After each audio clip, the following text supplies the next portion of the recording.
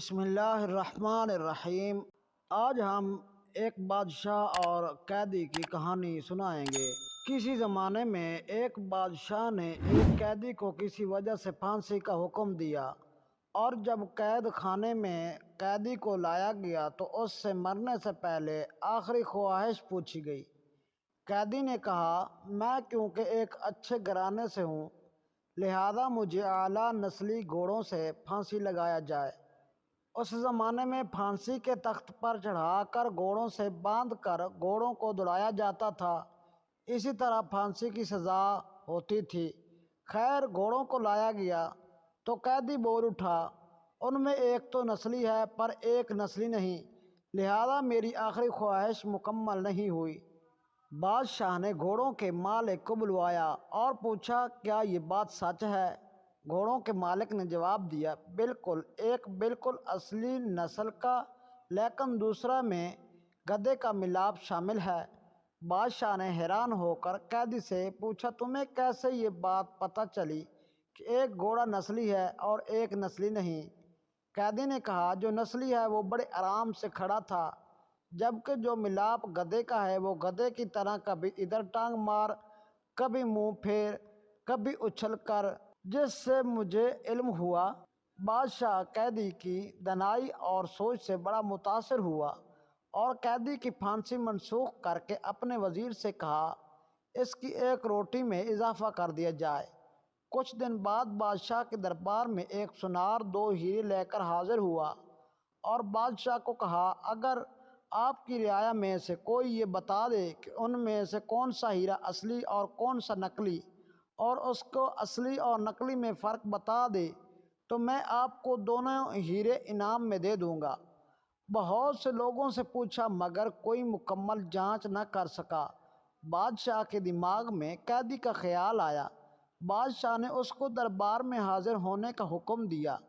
سپاہی قید خانے میں سے قیدی کو لے کر حاضر ہوئے اور قیدی کو ہیرے جانچ پڑتال کے لیے دیے گئے۔ قیدی نے کچھ ہی لمحوں میں بتا دیا کہ ایک اصلی اور دوسرا نقلی ہے۔ بادشاہ نے پوچھا، تمہیں کیسے پتہ چلا؟ قیدی نے کہا کہ اصلی ہیرا رگڑنے سے کبھی گرم نہیں ہوتا، جبکہ نقلی ہیرا رگڑنے سے گرم ہو جاتا ہے۔ سونار نے وہ دونوں ہیرے بادشاہ کو انعام میں دے دیے اور چلتا بنا۔ بادشاہ قیدی کی دانائی اور سوچ پر بہت زیادہ خوش ہوا اور سپاہیوں سے ایک اور روٹی بڑھانے کا حکم دیا۔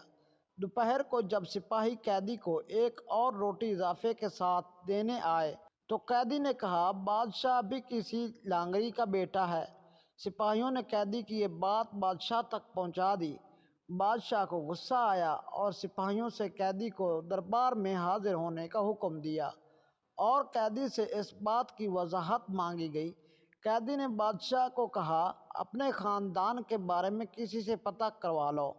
بادشاہ کی سلطنت میں سب سے ادھیڑ عمر شخص کو ڈھونڈا گیا اور اس سے بادشاہ کے آباء و اجداد کے بارے میں پوچھا گیا۔ ادھیڑ عمر شخص نے بتایا کہ یہاں اس بادشاہ سے پہلے اس کا باپ بادشاہ تھا، لیکن وہ بادشاہ بننے سے پہلے لانگڑی تھا، کیونکہ اس بادشاہ سے پہلے ایک بادشاہ تھا، اس کا اپنا کوئی بیٹا نہ تھا۔ اس بادشاہ نے اعلان کیا تھا کہ کوئی ایسا شخص جو میری رعایا کو بھوکا نہ مرنے دے تو آپ کا باپ لانگڑی تھا۔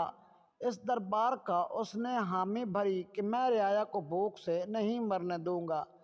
اسی طرح بادشاہ سلامت آپ کے باپ کو سلطنت دی گئی تھی۔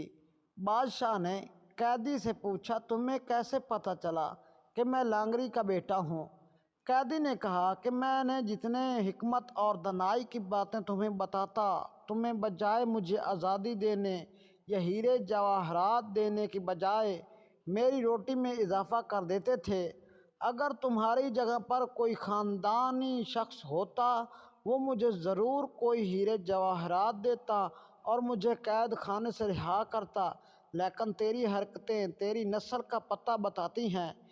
انسان اپنی شہرت، پیسے، شکل سے نہیں بلکہ اپنی حرکتوں سے اپنی نسل کا پتہ بتا دیتا ہے۔ لہٰذا اگر ہمارا یہ واقعہ اچھا لگے تو ہمارے چینل کو ضرور سبسکرائب کریں۔